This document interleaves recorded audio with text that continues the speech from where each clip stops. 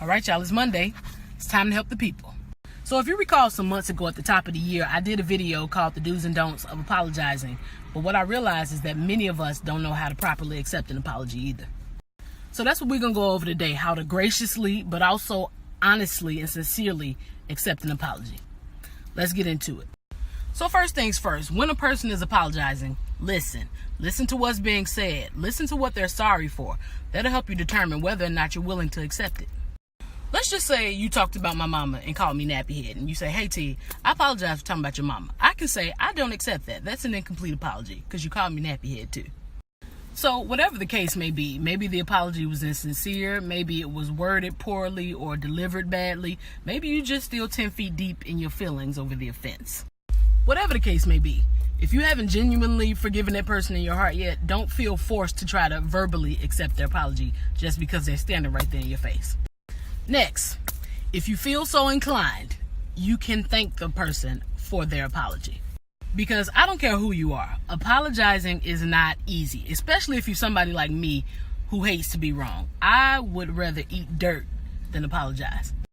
So yes, it's okay for you to say, hey, thank you for your apology, and for you to thank that person for coming and humbling themselves to you. It's not an easy thing to do. You're not required to do that, but you can. Next, in your acceptance, don't be afraid to have a little back and forth. What do I mean by that? It doesn't have to be cut and dry. I'm sorry. Oh, it's okay. I forgive you. No. Feel free to expound on and let that person know why you were offended or hurt. They say, hey T, I'm sorry for talking about your mama and calling you nappyhead. I can then say, yes, I appreciate that because I was really offended because I am sensitive about both my mama and my beady beads.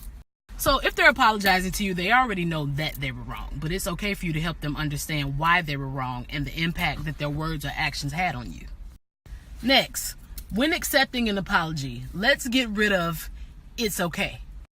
Because truthfully, if whatever they did to you was okay, an apology wouldn't even be necessary in the first place.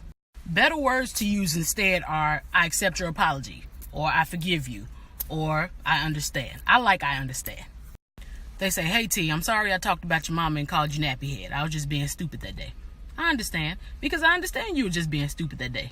I'm not saying it's okay, but I understand. Let's also get rid of, let's just forget about it. Just because you've accepted an apology and it's water under the bridge now, does not mean that you forget. You are not God. You don't have a sea of forgetfulness to throw things into. So essentially, there is no let's forget about it. You may choose to not keep harping on it. You may choose to never bring it up again. Okay? And sometimes you need to remember what the person did so you can be wary of them. Lastly, but not leastly. Yes, I said leastly. I'm aware that that's not a word, but I've said it already. When you've accepted an apology and forgiven a person, don't think that that means you have to give them another chance or allow them back into your space. You can genuinely accept somebody's apology and not harbor any ill feelings toward them and still choose to release them from your life, if that's what you want to do.